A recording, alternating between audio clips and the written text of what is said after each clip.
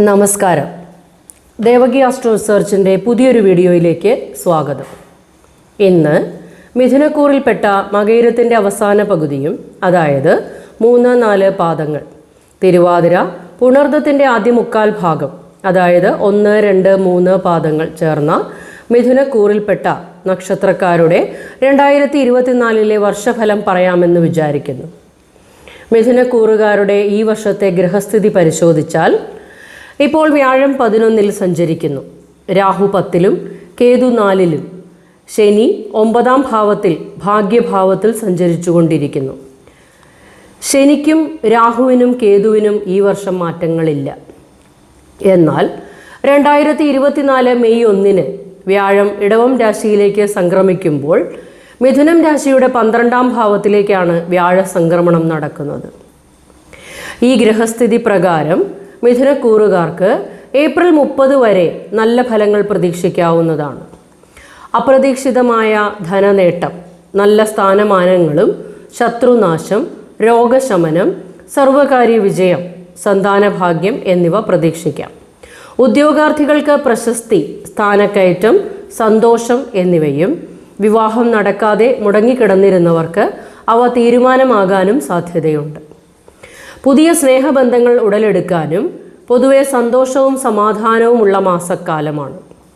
എന്നാൽ 2024 മെയ് 1-ന് 12-ലേക്കാണ് സംക്രമിക്കപ്പെടുന്നത്.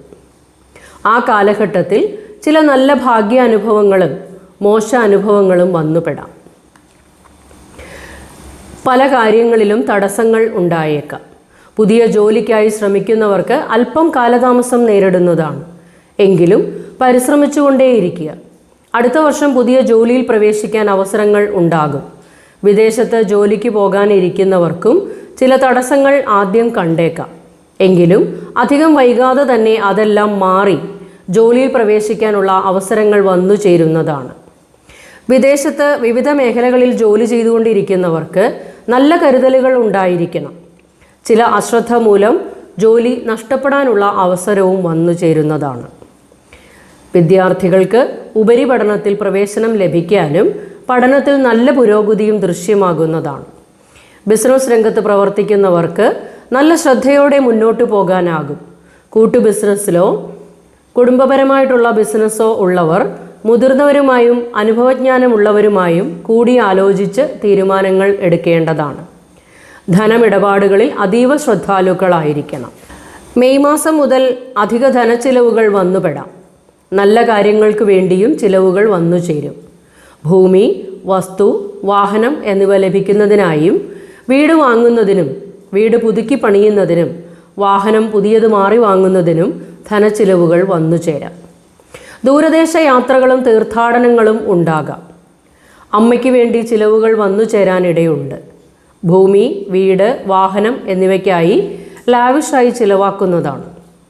ചില സന്ദർഭങ്ങളിൽ ധനനഷ്ടങ്ങൾ ഉണ്ടാകാനും ശത്രുക്ലേശങ്ങൾക്കും അച്ഛൻ ബന്ധുക്കൾ മൂലം ചില ദോഷങ്ങൾക്കും സാധ്യത കാണുന്നുണ്ട്. ശ്രദ്ധിക്കേണ്ടതാണ്. ആരോഗ്യകാര്യങ്ങളിലും വാഹനം ഉപയോഗിക്കുമ്പോഴും അതീവ ശ്രദ്ധാലുക്കളായിരിക്കണം. കുടുംബത്ത് ചില അസ്വസ്ഥതകൾ ഇടയ്ക്കിടെ ഉണ്ടായേക്കാം. വാക്കുകൾ ഉപയോഗിക്കുമ്പോൾ ശ്രദ്ധിച്ച് ഉപയോഗിക്കുക. ക്ഷമ അത്യന്താപേക്ഷിതമാണ്. മറ്റുള്ളവരുടെ കാര്യങ്ങളിൽ ഇടപെടുമ്പോൾ അതീവ ശ്രദ്ധാലുക്കളായിരിക്കണം. നമ്മുടെ മനസ്സിൻ്റെ പിരിമുറുക്കങ്ങൾ കുറയ്ക്കുന്നതിനായി യോഗ, ധ്യാനം, പ്രാർത്ഥനകൾ എന്നിവ അത്യന്താപേക്ഷിതമാണ്.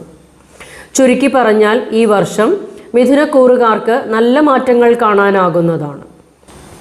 ദൈവാധീനം വർദ്ധിപ്പിച്ചെടുക്കുന്നതിനായി മഹാദേവ പ്രീതി, നാഗങ്ങൾക്ക് മഞ്ഞൾ അഭിഷേകം, ഗണപതി പ്രീതി എന്നിവ അത്യന്താപേക്ഷിതമാണ്. വിഷ്ണു സഹസ്രനാമം നിത്യവും കൃത്യനിഷ്ഠയോടെ ജപിക്കുകയും ചെയ്യുക. ഈ വീഡിയോയിൽ പറഞ്ഞിരിക്കുന്ന കാര്യങ്ങൾ കൂടാതെ ഓരോ വ്യക്തിയുടെയും ഗ്രഹനിലകൾ പ്രകാരമുള്ള കാര്യങ്ങൾ അറിയുന്നതിനായി എൻ്റെ വാട്സാപ്പിലേക്ക് ജനന തീയതി, ജനന സമയം, ജനന സ്ഥലം എന്നിവ ടെക്സ്റ്റ് ചെയ്യാവുന്നതാണ്. വീഡിയോ ഇഷ്ടമായാൽ ലൈക്ക് ചെയ്യാനും ഷെയർ ചെയ്യാനും മറക്കരുത്. പുതിയ വീഡിയോയുടെ നോട്ടിഫിക്കേഷൻ ലഭിക്കുന്നതിനായി ചാനൽ സബ്സ്ക്രൈബ് ചെയ്യുകയും വേണം.